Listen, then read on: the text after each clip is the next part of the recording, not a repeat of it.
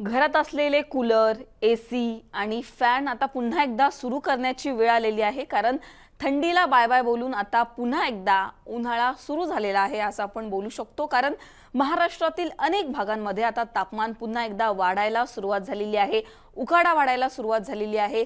हाच उकाडा आता पुढच्या काही दिवसांमध्ये कशा प्रकारे असणार आहे आणि याच ऊन कुठेतरी वाढतंय असं बोलत असताना पावसाची सुद्धा शक्यता हवामान विभागानं वर्तवलेली आहे. कुठल्या भागांमध्ये हा पाऊस पडण्याची शक्यता आहे आणि या पावसामुळे कशा प्रकारे शेतकऱ्यांनी काळजी घेतली पाहिजे, नागरिकांनी काळजी घेतली पाहिजे, हे सगळं जाणून घेणार आहोत या व्हिडिओच्या माध्यमातून. नमस्कार, मी पूजा, तुम्ही पाहताय मुंबई तक. सगळ्यात पहिल्यांदा आपण सॅटेलाइट इमेज जाणून घेणार आहोत, ती पाहणार आहोत IMD ने जारी केलेली. या इमेजच्या माध्यमातून आपल्याला भारतावर ओव्हरऑल कशा प्रकारचं वातावरण आहे, कशा प्रकारे वारे वाहत आहेत हे जाणून घेणं आपल्याला सोपं पडणार आहे. सगळा जो हवामानाचा खेळ आहे तो अर्थातच वाऱ्यांवर डिपेंड असतो. कारण या वाऱ्यांमुळे सायक्लॉनिक सर्क्युलेशन तयार होतं, तिथे कमी दाबाचा पट्टा तयार होतो आणि त्याचं रूपांतर पावसामध्ये होतं. त्याच्यामुळे हे वारे कशा प्रकारे वाहतात, कोणत्या दिशेला वाहतात, यावरून महाराष्ट्रात किंवा भारतामध्ये सगळ्या कशा प्रकारचं वातावरण आहे हे आपल्याला समजतात. इकडे जर तुम्ही बघितलं तर भारतावर कुठेच आपल्याला ढगाळ वातावरण इकडे महाराष्ट्र असेल किंवा आजूबाजूच्या प्रदेशावर दिसत नाहीये.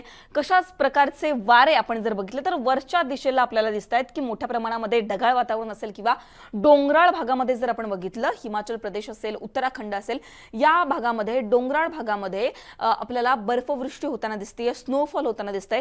फेब्रुवारी महिना आला की या भागांमध्ये स्नोफॉल व्हायला सुरुवात होते, वेस्टर्न डिस्टर्बन्स तयार व्हायला लागतात आणि याच्यामुळे जर आपण बघितलं तर हवेचा जोर सुद्धा वाढतो. इकडे जर तुम्ही बघितलं तर या भागामध्ये एक वेस्टर्न डिस्टर्बन्स तयार झालेला आहे, तर दुसरं वेस्टर्न डिस्टर्बन्स इकडे सुद्धा तयार झालेला आहे. हिमाचल प्रदेशचा भाग असेल, लडाखचा भाग असेल, जम्मू काश्मीरचा हा जो सगळा वरचा भाग असेल, या भागामध्ये मोठ्या प्रमाणात स्नोफॉल होत आहे, बर्फवृष्टी होत आहे. इकडे सुद्धा अरुणाचल प्रदेशमध्ये सुद्धा पावसाची नोंद करण्यात आलेली आहे. बाकी सगळ्या ठिकाणी कशा प्रकारचे अलर्ट आहे हे आपण पुढे पाहणार आहोत. पण दुसरी इमेज आपण पाहूयात, IMD ने कशा प्रकारचे अलर्ट दिलेले आहेत.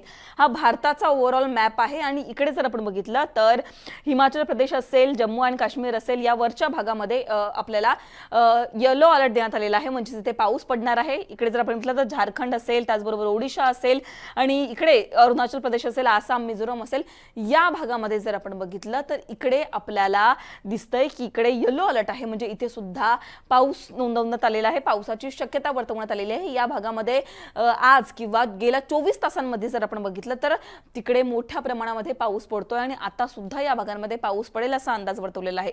आता महाराष्ट्राची काय परिस्थिती आहे, महाराष्ट्रात कशा प्रकारचं वातावरण आहे हे सुद्धा मी तुम्हाला पुढे सांगणार आहे. पण पुढच्या इमेजमध्ये आपण पाहणार आहोत की कशा प्रकारचं वातावरण आपल्याला पाहायला मिळणार आहे. इकडे जर तुम्ही बघितलं तर हा महाराष्ट्राचा मॅप आहे आणि आपल्याला असं दिसतंय की गेल्या पुढच्या काही दिवसांमध्ये महाराष्ट्रामध्ये तापमान वाढणार आहे, महाराष्ट्रामध्ये उकाडा वाढणार आहे, ऊन वाढणार आहे. पण पाऊस फेब्रुवारीत पडणार आहे का हा प्रश्न विचारला जातोय. आपण जर बघितलं तर गेल्या जानेवारी आणि फेब्रुवारी महिन्यामध्ये ओव्हरऑल महाराष्ट्राचा जर आपण विचार केला तर कुठेच पाऊस पडलेला नाहीये.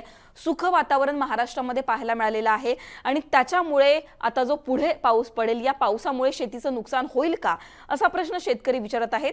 पण हवामान विभागाने असं सांगितलेलं आहे की पुढच्या काही दिवसांमध्येच, म्हणजेच पाऊस जर महाराष्ट्रात पडला, खूप रेअर कंडिशन आहे की पाऊस पडेल, पण जी थोडीफार शक्यता पावसाची वर्तवण्यात येत आहे, 19 तारखेनंतर महाराष्ट्रामध्ये पाऊस पडू शकतो. जर आपण बघितलं तर सांगली, सातारा, कोल्हापूर, सोलापूर या भागामध्ये हा पाऊस पडू शकतो असा अंदाज वर्तवण्यात आलेला आहे. विदर्भातील सुद्धा काही भागांमध्ये तुरळक ठिकाणी पावसाचा अंदाज वर्तवण्यात आलेला आहे. 20 तारखेनंतर हा पाऊस पडू शकतो, पण या पावसामुळे शेतीचं कुठलंही नुकसान होणार नाहीये, कारण तुरळक प्रमाणामध्ये हा पाऊस पडणार आहे. पुढची इमेज आपण पाहणार आहोत. या इमेजच्या माध्यमातून आपल्याला कळणार आहे. इकडे जर तुम्ही बघितलं तर या पावसाची नोंद जी आहे या वरच्या भागामध्ये करण्यात आलेली आहे. इकडे जर आपण बघितलं तर हा पाऊस, मी जसं की सुरुवातीला सुद्धा सांगितलं की डोंगराळ भागामध्ये मोठ्या प्रमाणात स्नोफॉल होतोय, तिकडे बर्फवृष्टी होत आहे, पण जे वेस्टर्न डिस्टर्बन्स तिथे तयार होत आहेत ते लगेच निघून जात आहेत. त्याच्यामुळे हवेचा जोर कमी झाल्यामुळे आता आपल्याला मोठ्या प्रमाणामध्ये अनेक भागांमध्ये तापमान वाढताना सुद्धा दिसत आहे. एकूणच आपण आता महाराष्ट्रावर पुन्हा एकदा येऊयात. महाराष्ट्राचा जर आपण विचार केला तर महाराष्ट्रामध्ये पुढच्या काही दिवसांमध्ये तापमान वाढणार आहे, मोठ्या प्रमाणामध्ये ऊन वाढणार आहे आणि असं सुद्धा म्हणण्यात येत आहे. हवामान विभागाने असं सुद्धा सांगितलेलं आहे की मार्च पासून खऱ्या अर्थाने उन्हाळा सुरू व्हायला सुरुवात होणार आहे आणि या वर्षीचा उन्हाळा हा रेकॉर्ड ब्रेक असणार आहे, रेकॉर्ड ब्रेक गरमी असणार आहे। त्याच्यामुळे एसी, कूलर, फॅन याची सगळ्यात जास्त गरज यंदाच्या उन्हाळ्यात लागणार आहे। पण यंदाच्या उन्हाळ्यामध्ये मार्च मध्ये पाऊस सुद्धा पडणार असल्याचं हवामान विभागाने वर्तवलेलं आहे आणि हा पाऊस धोकादायक सुद्धा असू शकतो, कारण उन्हाळ्यामध्ये जो पाऊस येतो तो वादळी वाऱ्यांसह येतो, विजेच्या कडकडाटासह येतो। त्याच्यामुळे हा पाऊस धोक्याचा सुद्धा ठरू शकतो असा अंदाज हवामान विभागाने वर्तवलेला आहे। गेल्या 2 महिन्यांमध्ये महाराष्ट्रात कुठेच पाऊस पडलेला नाहीये, त्याच्यामुळे आता पुढच्या महिन्यामध्ये मार्च महिन्यामध्ये पाऊस पडतो का आणि हा पाऊस हानिकारक असतो का हे पाहणं महत्त्वाचं असणार आहे। एकूणच जो महाराष्ट्राचा अंदाज होता तो आपण घेण्याचा प्रयत्न केला।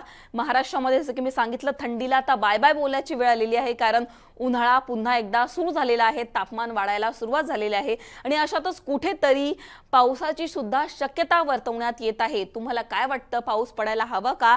तुमच्या भागामध्ये सध्या कशा प्रकारचं वातावरण आहे, तिथे कशा प्रकारची परिस्थिती आहे? तुमच्या भागामध्ये जर तुमच्याकडे शेती असेल तर इथे कशा प्रकारचे प्रश्न तुम्हाला पडले असेल?